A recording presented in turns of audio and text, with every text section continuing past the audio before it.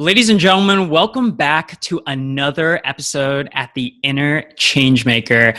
I am beyond excited. I am so honored to even be doing this episode, to have the guest that we have today. It is absolutely amazing. Some of you already know who she is, but for those of you that don't, she is a world-class author, life coach, motivational speaker. She's the founder and CEO of Motivating the Masses, where she has built a global platform. She's been able to help over 30 million people. She runs a nonprofit called Motivating the Teen Spirit, and she's helped hundreds of thousands of teens. She's helped thousands of people avoid suicide.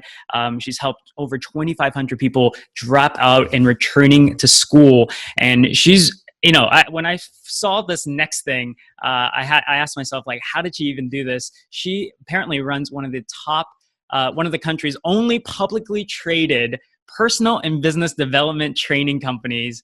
Like, how does that even happen? I don't know. We've got to ask her about it. Best-selling author of 7 books, including the best-selling books Abundance Now and No Matter What. Welcome to the show, the one and only Lisa Nichols. Thank you so much. Thank you for having me. I'm excited to be with you. Yes, I know. I only recorded like a few minutes of our, before we were doing this, but it was amazing. It was so much fun. It was so much fire. I was like, I got to press record. Lisa, I'm such an honor to have you here.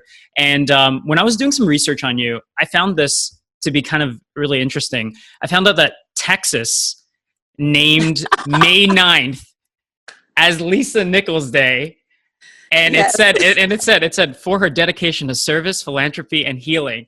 Yes. And I just thought it would be a good way to maybe start this interaction off. A good way to make me embarrassed right off the top, right? Yeah. How does one get a day named after them? I mean, this might be a bit selfish, but after I know you've spent decades of hard work in the industry. I mean, how does it really feel? I mean, to have a day. I know you're originally from the LA, so Texas, not even kind of like the hometown, like to name a day after you. How does that feel for you, Lisa? I'm grateful. I'm grateful because I think we all want to know that our life has given such contribution that it's inspired others to live differently, think differently. I think that's every one of us. We all want I always say you want the dash between your birthday and your transition day to mean something. I want my dash to be everything other than a flat line. I want it to be turbulent. I want it to have peaks and valleys. I want my dash to disrupt the world in a way. I've always wanted that. Even as a kid, I didn't quite know what I wanted to do, but I knew I wanted to make a difference and make an impact.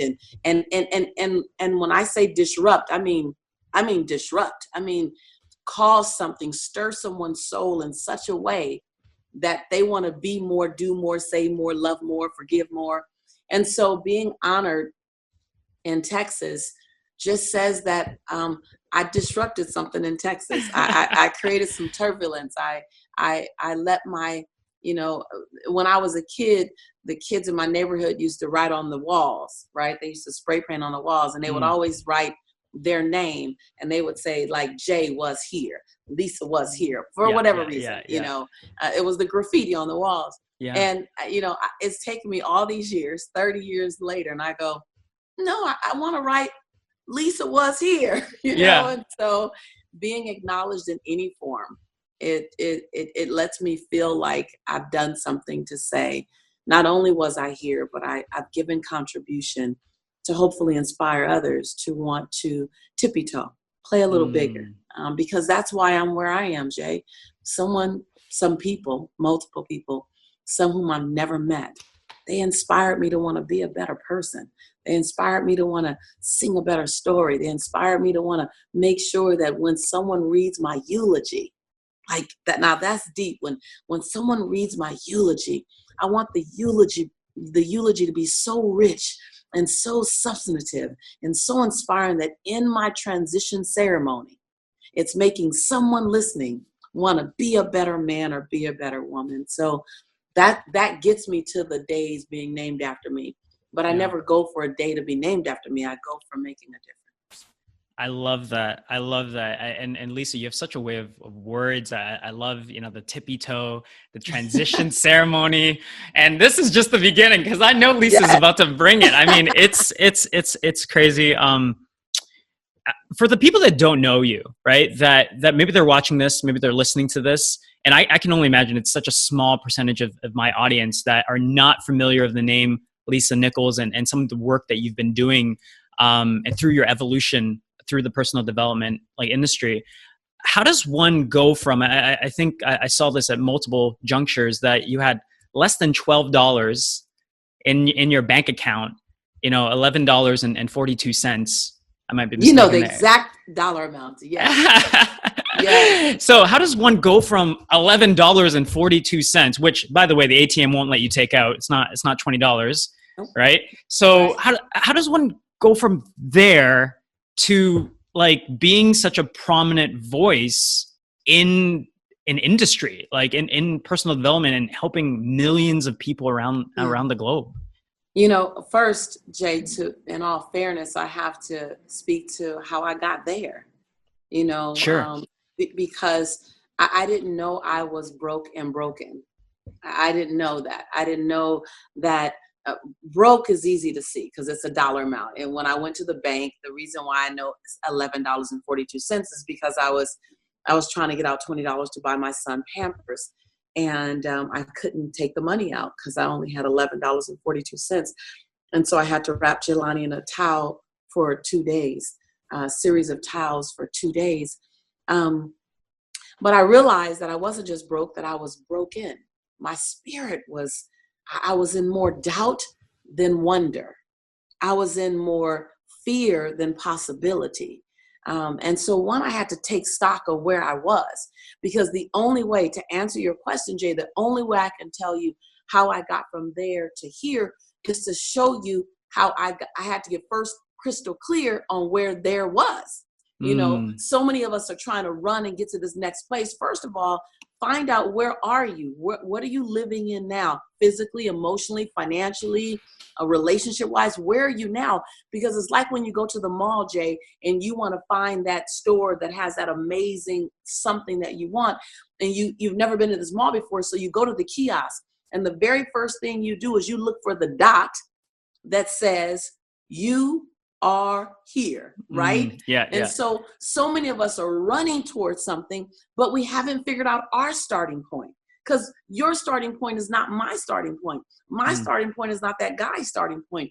And so while we can read the same books, while we can go to the same trainings, go to the same conferences, I have to understand my starting point so that I understand how to navigate from where I am to where I want to get to. And so I was broken, and I realized that I didn't know anything about wealth and prosperity. I knew only how to outrun broke. And that's very key, because most of that was given to me before I even turned 10.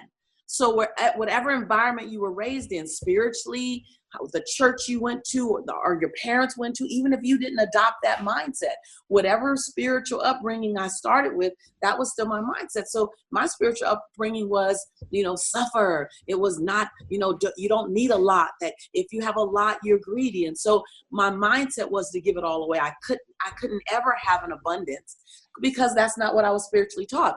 My household, my economics in my household, we would have 1 week of feast and 1 week of famine. 1 week of feast and 1 week of famine. Mom and dad got paid every 2 weeks. And so it was important for me, Jay, to realize, where am I? What's my mindset? Before I adopt anything else, if you're listening to me now, looking at me now, before you adopt anything else, take what I call a grown folk. My grandmother calls it grown folk. That means have a sobering conversation with yourself on here's my dot that says I am here. Not that Pollyanna sugarcoat, and not that dismal dark. Really look at the balance of, where are you? I knew I had a phenomenal personality. I've always had personality. At 3, I was schmoozing the teachers. At 5, I had a phenomenal personality, but my money mindset wasn't there. My money mindset was scarcely, lack, and deprivation, suffer. My service mindset was serve others to the detriment of myself.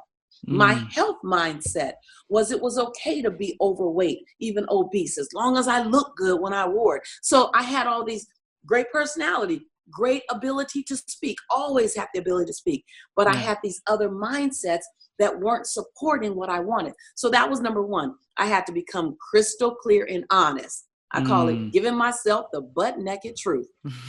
I had to serve myself the butt naked truth. And then I had to find out, where do I want to get to and how do I get there? So then I began to adopt the fact that you can't do a new thing without knowing a new something. You can't do a new thing without knowing a new something. So before I took any actions, Jay, I just began to feed my mind something new. And I don't know if you read this about me, but I was a slow learner in school. My highest grade in school was a C+. And I struggled all through school. I found out in my 20s that I'm functionally dyslexic. So reading was never something I wanted to do because it was so painful for me to read because the sentences would flip. But I picked up a book at 31 years old. I know how old I was. So when people say, oh, is it too late? No, I got started. I really started getting started when I was about 31. I got the idea. I got the wake up call when I was 28, 29. Yeah. I hit rock bottom about that time. I sat kind of in limbo for a couple of years because, once you awaken to the fact that you've only been playing at 10%, once you awaken to the fact that this little thing you thought was your life was just a room and there's a double door over there and you can slide the double door and there's a whole nother room over there. There's a whole conference center room over there called your life. Once you awaken to that and you become aware of that, first is holy crap.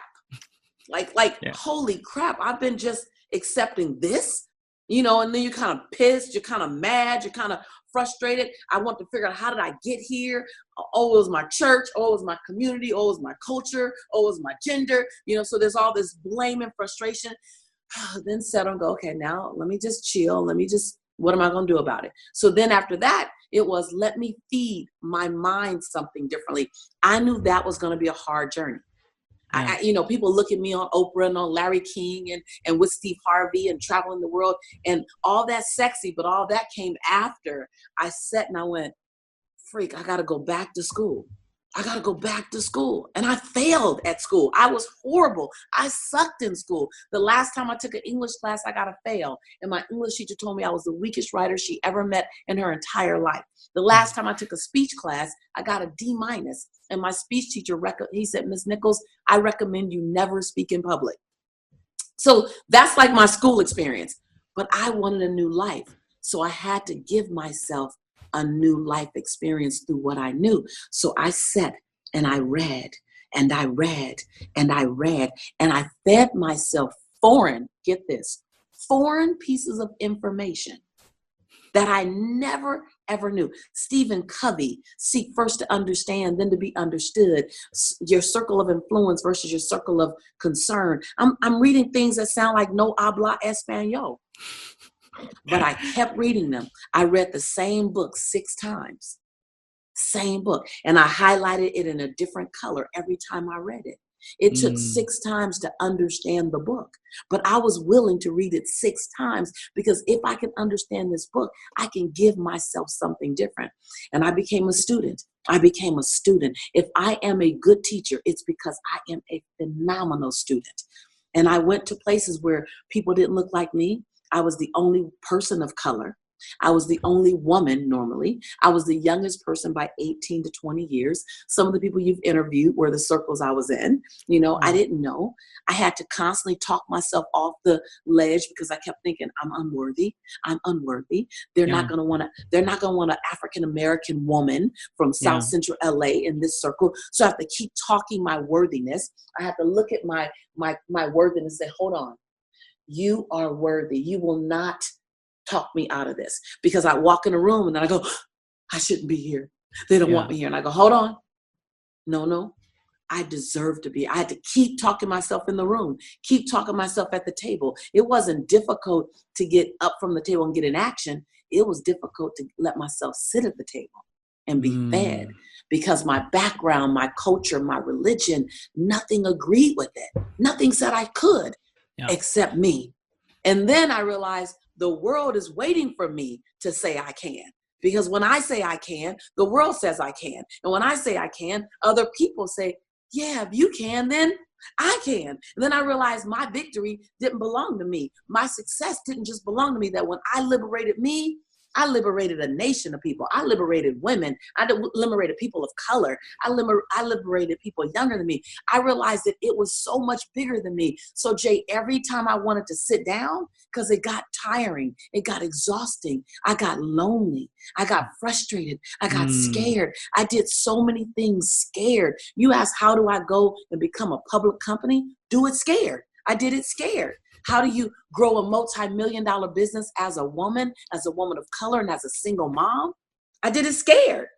How do you get put in bestseller after bestseller after bestseller? I wrote scared. I just was willing to redesign my relationship with fear. That fear, this is what I hack my mind. I hack my mind to go, hold on. Fear isn't meant to stop me. Fear is my friend. Fear tells me go do more research. Yeah. Fear tells me go get a coach. Fear tells me stay up a little later. Fear tells me get up earlier than that next guy that's going to be on stage. Fear tells me, hold on, learn how to read a balance sheet. Go back to school and learn how to read a balance sheet. So fear, I just changed my relationship with fear so that fear didn't get in my way. But I never stopped having fear. I still have fear to this day. I just have a different relationship with fear. Anyway, I went on. And by the way, for people that are watching this, you better be fired up, because I'm listening to this and I'm going, man, I got to get off this and I got to like double down. I got to go all in too. I love so much of your story. So many different things. I mean, you mentioned the schools, the teachers, telling you that you're not a good enough writer, not a good enough speaker. Yeah. And here you are, you're about to do an event, this weekend, and, thousands of people tuning in, live streaming, you're going to be on stage, right? Like, you've written 7 books and like, they're amazing. And you've been on Oprah and Larry King. And so it's like, man, so much of what it kind of goes to show, like, so much of what we think, like what our parents or what our teachers, people in our lives, whatever they tell us, it's like, you don't have to buy into that, right, if you choose not to. My grandmother says, baby, she starts every sentence with baby. baby, other people's perception of you ain't none of your business. So when I realized that everyone is entitled to their perception of me, and their perception of me is not my reality unless I make it my reality. When I can unhook that, when I hack that and can unhook that, now you can be anyone you choose to be, because your past does not, will not, and has never equaled your future. But the mistake we make, Jay, is we make our past equal our future. When I got that my past didn't equal my future, that my past was a setup for whatever future I wanted. And the reason why being a best-selling author of 7 books means so much is because I got to fail in English. That just makes the story better. Yeah. Right? Right? The reason why touching 36 million people a year sounds so great with my voice is because I got a D- in speech and I was told to never speak in public. So it's that very past that makes the possibility so juicy and delicious. Yeah. It's not meant to be a chokehold on you. It's meant to be a fueler. Like, I am who I am because of my past, not in spite of my past, but because of my past. I'm the perfect person for this message. And when you can stand on your story, not in your story, most people are standing in their story. They're surrounded by, it's like quicksand. But when you can stand on it, that it's my badge of honor that I moved through abuse. It's my badge of honor that I moved through lack and limitations. My badge of honor that I moved through self-doubt. When you can stand on it, now you liberate people. You liberate a nation. You liberate those who touch you. And your win becomes their win. What you love about our exchange, Jay, is every win I talk about, you share it with me. And it fuels you. And that's why we all, if you're hearing my voice, you got to get up. You got to be counted. You got to get your grind on. You got to move through your fears. You got to overcome that scarcity mindset. You deserve it. It's your birthright. Number one, it's your birthright. The mere fact that you were born, it is your birthright to have an abundant life. That's a fact. Now, what you go get is on you. What you accept is on you. your birthright is to have an abundant life. And when you get that and you're like, oh, hold on, I just got to go get mine. Right. That's it. Like that's it. I think back to a couple of my friends, Preston Smiles and Alexi Panos. You might know them, but they always say your mess becomes your message. Absolutely. Your test becomes your testimony. Yes, right. Yes. And I, oh man, there's so much here. But let me ask you this, because I think this will be just knowing my audience, knowing where they're at. Like a lot of them are. The thing is, they're overly competent. Right. And this is myself too. Like it's like you know too much knowledge, right? We're living in a world, everyone's drowning in too much. They have too many books they haven't read. Information junkies. Yeah, they go through all this. So how did you, I mean, you talked a little bit about it, but like I'm just curious, like for people that feel like they know some things, they haven't gotten the results they want, but they feel like they know some things. They've done some of the works, they've read some of the books, they're saying what some of the books are saying, but yet some of the results are not, speaking for themselves. Like, what was was there a framework or a tactic that for you that you were like, okay, I learned enough. It's just ready for me to kind of flip that switch. Do you know what I mean? Yes. So you just said they've learned, they've read, they've said, right. They're not grinding, but Joan Baez says that action is the antidote for despair. So, we can surround like the toilet bowl. We can surround the possibility enough where we actually think we're doing something because we're talking about it, we're reading about it, we're thinking about it, we're strategizing on it. But the mere fact is, action is the prescription for success. What are you doing every day? If you want to increase your sales, how many sales calls are you making a day? It's that simple. Don't study sales. Don't make another projection. So I would do 2, 2, and 2. 2 hours a day, I would only do sales. That's it. I would just dial for dollars. Can I speak on your site? Can I speak on your campus? Can I speak at your conference? And I got intimately connected with the word no. Most of us are not playing full out because we don't want to hear the word no, because you made no equal your self-worth. No does not equal your self-worth. You can hear no all day long and still be valuable, brilliant, and have a lot to give society. You have to be willing to hear the no, because behind the no is the yes. And so I was willing 2 hours a day, 2 days a week for 2 months straight, 2, 2, and 2. I dialed for dollars, 2 hours a day, 2 days a week, 2 months straight. And then I would go out and I would fulfill all that. Then I go back to it, 2 hours a day, 2 days a week, 2 months straight. 2, 2, and 2. I was willing to grind at a level. We become so intellectual. We become so informed that we're not in enough action. So it's blending both worlds. It's blending the world of the millennial where you can collect data. And it's also going back to how they worked in the 70s and the 80s, where you just went out and you got your hands dirty. You made your muscle. You gotta make your muscle, right? You can't make your muscle thinking about it. You can build your intellect, but you can't make your muscle. And so it's fusing those worlds together. So I think one of the blessings for me is that I'm in between the worlds. I'm between Bob Proctor, Jack Canfield, and I'm between Jay Wong. So I'm in the middle, right? So I've gotten the blessing of going, I've watched them grind. I've watched them pound the pavement. I'm going to do that. Oh, I'm going to build that online community as well. I'm going to serve online. So it's really understanding that could be foreign to you. So you have to introduce yourself to a coach like me. You got to hook your caboose to someone who's older so you can get both the best of both worlds. I always say you want online, offline, online, offline, online, offline, online, offline. You want to make sure you have 360 abundance, not 180, but 360 abundance. And so being willing to do that could be foreign to you. You got to test your muscle. And you got to make sure that you're building this muscle, but you're also building this muscle. If this muscle is online one way, then this muscle is offline. Does that make sense? Yeah, it makes perfect sense. And to be honest, I don't do the health show here, but I'm glad we're showing off our guns. You know what I mean? Like, right. It's the gun show. Yeah, it's the gun show. It's the gun show. So here's something for you. I love that, because if people pay attention to what you just said. Yes. Right?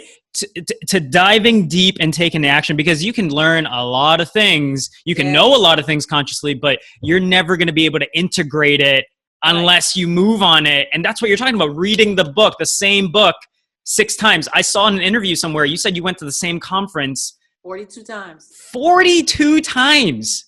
Until I can bring the entire conference alive in my business, I kept going back. Until I can teach the lessons, I kept going back. See, Will Smith says it. You should do Google Will Smith as an inspirational video. He says, "I'm not the smartest guy. May not be the cutest guy." He said, "But I am the hardest working guy." He goes, "When the next guy goes to bed, I'm still on the treadmill." And I live that way. I mean, it's are you willing to put and you don't always have to work hard. Hard is not always necessary to work hard like sweat, but are you willing to plant that seed? You got to plant a seed that's worthy of a great harvest. You got to plant it, then you got to water it, then you got to give it sunshine. You got to be willing to nurture that seed, because that seed is your lifestyle. And bigger than your lifestyle, that seed is your legacy. You're not writing your life story right now. You're writing your legacy right now. Your life story is going to last 80, 90, 110 years, maybe, however long you live. Your legacy, infinite. Infinite. Mahatma Gandhi, Mother Teresa, Nelson Mandela, Cesar Chavez, Martin Luther King. Infinite. So I'm writing my legacy right now. And so inside of that, and you talked about the conference that I'm teaching right now. It's called Speak and Write to Make Millions. I'm spending 3 days. I open day 1 saying, what action are you going to be in when you leave here? I literally start day 1 with that. And throughout the entire conference, I'm going, not what do you need, but what do you need to be doing next? And what do you need to be doing next? The reason why I went to the same conference 42 times is because I only lasered each time on what I needed to be doing next. I didn't try to eat the whole elephant. I didn't take in the whole pie. I just wanted one slice. And I do the next thing, and then I come back and go, okay, what next? And then I do the next thing, and I come back and go, okay, what next? Yeah. And a part of that's because I'm functionally dyslexic. So I can't hold on to 15 things. I'll get them confused. Just tell me what's next. But the difference between me and the next guy is when he went home, he sat down. Mm-hmm. When I went home, I got busy. I remember I was at a dinner, and my company had just crossed the, $3 million mark. And I began to be sought after over some of the more prominent speakers who had been out there 20 years ahead of me, right? Yeah. I remember I was at a dinner with prominent speakers, and one of the prominent speakers, I won't say his name, he looked over at me and he says, "We didn't see you coming." And I said, "You got off the treadmill and I didn't." That's the truth. Yeah. Exactly. So you're young, you're powerful, you're brilliant. You get on it now, and and here's the way you do it. You write this down, set a monthly must, and set a monthly goal. Your must is a non-negotiable number you have to hit, either the people you're reaching or the dollars you're generating or whatever that thing is you measure. The must is you don't go to sleep until you hit it. And the goal is, man, I'd be awful wonderful if I hit this goal. So I live in must and goals and everything. How many people must I touch? How many workshops must I do? How many podcasts must I do? What's my must? What's my goal? Because now it's my measure of movement. Yeah.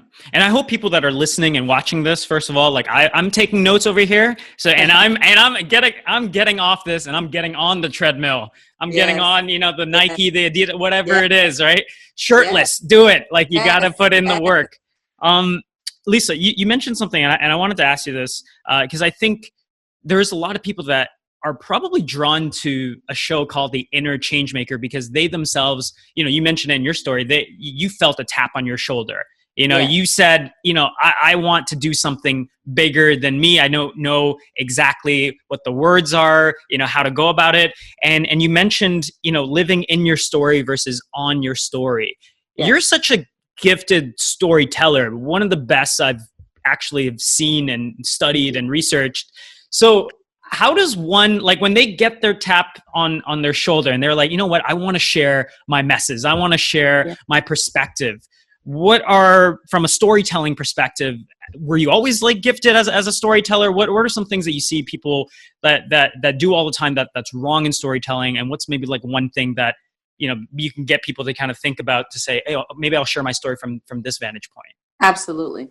It's funny you should ask that, because I didn't see myself 10 years ago teaching people how to share stories, but the public has literally, my students have demanded me that I do that. Like, we love you, Lisa, for all your stuff, but can you help me get my story? So I love the question, Jay, because it just keeps coming, and it keeps coming to me. And I always just in my prayer time, God, what should I be doing next? And it is help people craft their story, because everyone has a story. So I'm going to teach you really fast. I'm going to teach you a technique. Okay. I'm going to teach you a technique, and then this is the tip of the iceberg. And then I'm going to invite you and anyone else who want to master story, find a way. Sure. I got a lot of stuff on YouTube. Yeah. A lot of things out there because I'm teaching it now. So I would love to support you, but make a big V, on your paper, make a V. Okay. Yep. And we're going to call this V the valley. And if you follow this formula, your stories will become more powerful. Okay. Now, if you make the V the valley, the upper left-hand side of the valley, right? The upper left-hand tip. This one. Say big. So when you're making the valley, the left-hand part of the V, call it big me. Okay.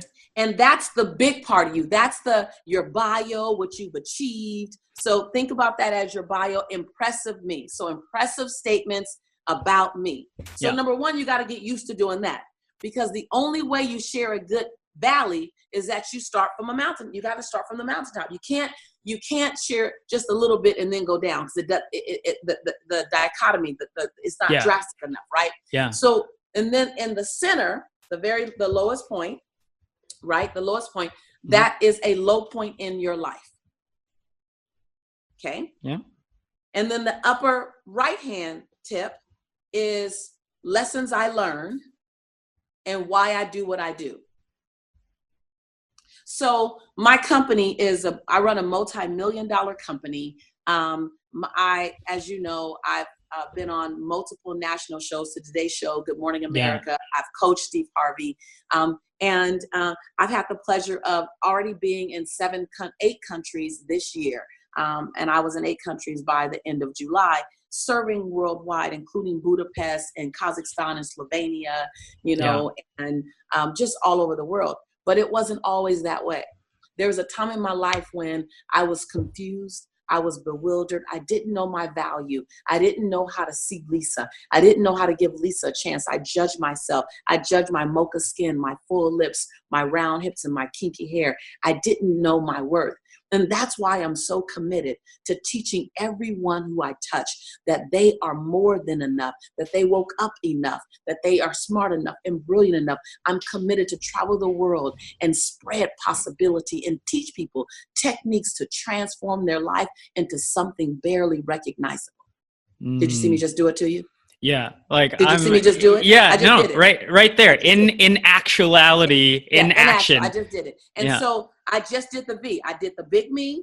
I did the low point. I did the why. I do what I do. So whatever your conversation is about, Jay, if it's finances, then talk about your success financially and what you've achieved, but then do an all-time low relevant to finances. Yeah. Then do a mission around finances. If it's art, if it's dance, if it's whatever it is, if it's meditation, do a time in your life when your mind was busy and you were stressed and you were chaotic, and then do it, first here's who you are in the world, and then a time when you were stressed and chaotic, and then that's why you do what you do. So no matter what the conversation is, you want to do a relevant valley. And so if you do the valley, then the story falls, the story lives inside the valley. So just follow that formula. That's the tip of the iceberg. There's so much more around it. So when you talk about speaking powerfully, there are techniques called a pregnant pause. There are techniques called the me, we, you audience connection. There are techniques called the verbal highlight. Now, they're not in any book.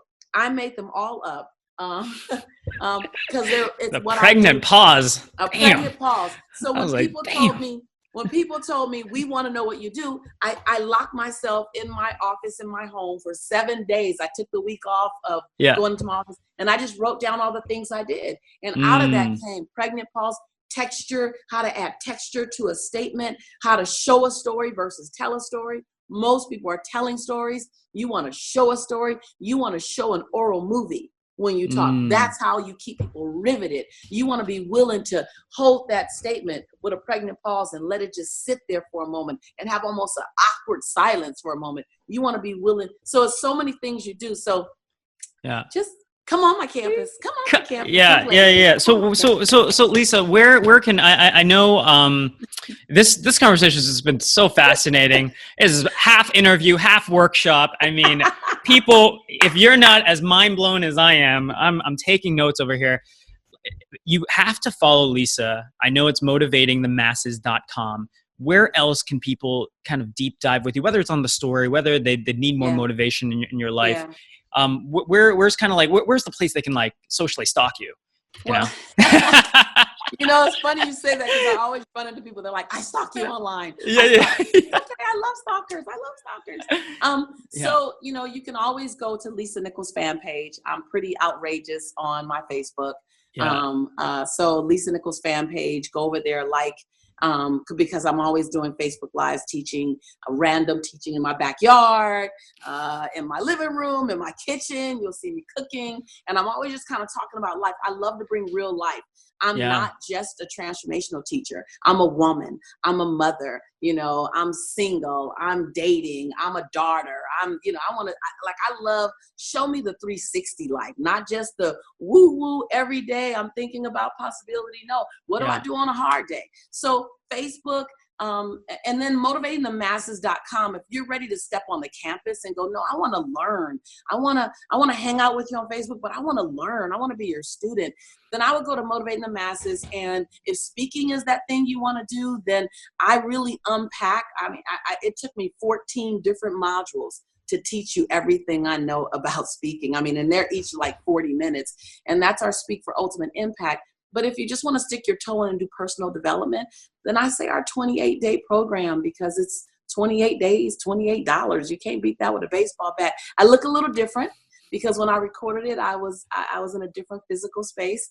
Since I did that video, I've lost 90 pounds. And you'll see my transformation. Yes. You'll see my transformation. But the content is still relevant. So I would say go to motivatingthemasses.com. And first you decide if you want business coaching or if you want personal development, because I want to know how to serve you. And you choose which one you want. A lot of our students choose both. And walk the journey with me. I got to tell you this, I don't do quickies.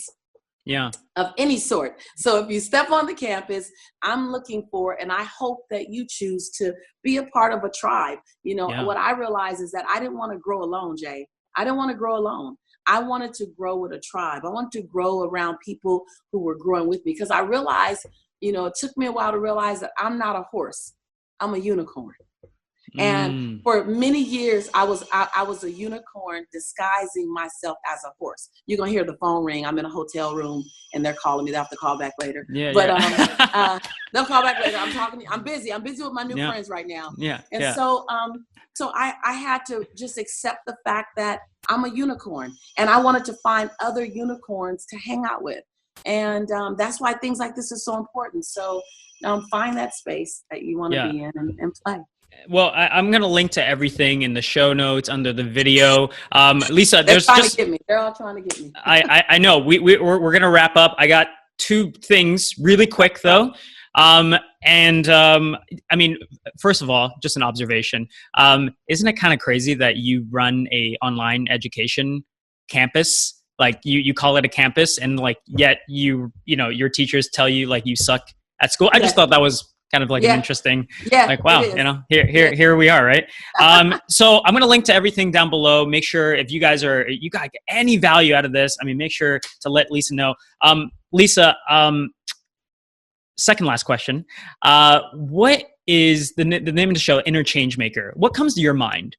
Any images, any words? What comes to your mind when you hear the word change maker? Several things come to my mind. One, a change maker is someone who's willing they're willing to stomach the lonely moments. they're willing to have the scrapes right here on their chin, their nose, and their forehead, because they're going to chart a path that hasn't been charted before. So they're going to be the first to hit the bush. They're going to be the first to get hit. And so a change maker is a gladiator that's willing to say the things that people may not want to say and do the things that other people may not do, so that those of us coming behind them can have an experience that we would not otherwise have. A change maker is a rare bird, is a rare bird. A change maker is willing to walk alone and bear being lonely. A change maker doesn't ask the world, do you get my vision? A change maker recognizes that God gave the vision to them so that they can show it to the world. Ooh. Woo! Woo! I know we're not in church, but I need a hallelujah. I need an amen. My goodness. That's a change. And I have to just say this: a change maker has to decide to pay the price before they are willing to even go and make the change. And now that's what you chew on. A change maker, a Mahatma Gandhi, a Nelson Mandela, a Mother Teresa, a Dr. Martin Luther King, a Cesar Chavez, and so many other people. A change maker says the benefit of this change outweighs the cost that I might have to pay. Woo! I've said it in some episodes, but I'd really need a mic for these types of moments so I can just drop it live. Lisa, I'm gonna get you, the way we're gonna wrap off is just I'm gonna get you to ask a question of the day to the audience. Each guest, they always get to ask the question of the day. I'll let you think about it, but I want to just take a few seconds and honor you for being a change maker, for being that rare bird, for leading and carving your own path, for leading by example, by integrating all of this. And like, as you're talking, I'm going to like look back at the film, but I'm like the way that you're talking, I'm like vibing. I'm like, yeah, this is like music to my soul. Right. And that's just my personal take on it. But I know you've helped so many people online. And I know you've made a difference in my life and just this interaction alone. So I really want to just honor you for being a great change maker yourself, and for leading the path for your tribe and your campus. Thank you for that acknowledgement. That lands right on my heart. Thank you. I love that. I love that. Do you have a question of the day for the change maker community? Something that they could comment down below and we can kind of geek out with them? I do. It's a stir your soul question though. Ooh, get ready. It's a question that does what I said I do when I first started. It's a disruptor question. So the gift that I want to give you is to disrupt you, to disrupt any form of mediocrity, to make it difficult to sit in average or ordinary, to make normal your enemy. Like, I want my questions and my content and my presence in your life to make you want to seek every day to be something different than you've ever been before, to find out how can an ordinary man and an ordinary woman live an extraordinary life by one more extraordinary decision. So my question to you would be, what can you do today? What can you do today to shape the way your eulogy will be read? What can you do today when they read your eulogy and you know what you wanted to say? What can you do today to ensure and shape the way your eulogy will be read? So I know I'm deep. I just killed you. I know. But if I kill you today and we write your legacy today, then the way you live will be really a life to live. Because the last thing you want to do is get to 80 or 90 years old and realize you wanted to do more. And when they read your eulogy, they won't read what you wanted them to read. They won't say what you wanted them to say because you didn't do it. So my question to you is, what can you do today? And then act as if I asked you tomorrow. And what can you do today to influence the way your eulogy will be read? I'm not asking to go. God, I'm not asking to go anytime soon. But Jay, if God were to take me away, I know what my eulogy is going to say. I know what they're going to say about me. I know the stories that will be told about me, because at 25, I was indirectly asked the same question. And it scared the bejeebies out of me. And I said, oh, hold on, let me write my eulogy now. And so I ask you, change makers, how will you write your eulogy in the way you live? What can you do today? Powerful, powerful. Ladies and gentlemen, this is Lisa Nichols. Please go follow her. I will link everything in the videos, in the show notes. Get on her campus, dive deeper with her in storytelling, dive deeper in her story. Just you gotta be around this energy. You gotta step into that.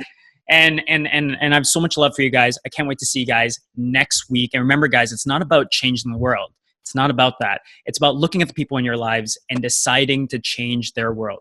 That's what it means to be a change maker and to be a rare bird. So Lisa, thank you again. So much love, so much honor. Thank you. Thank you.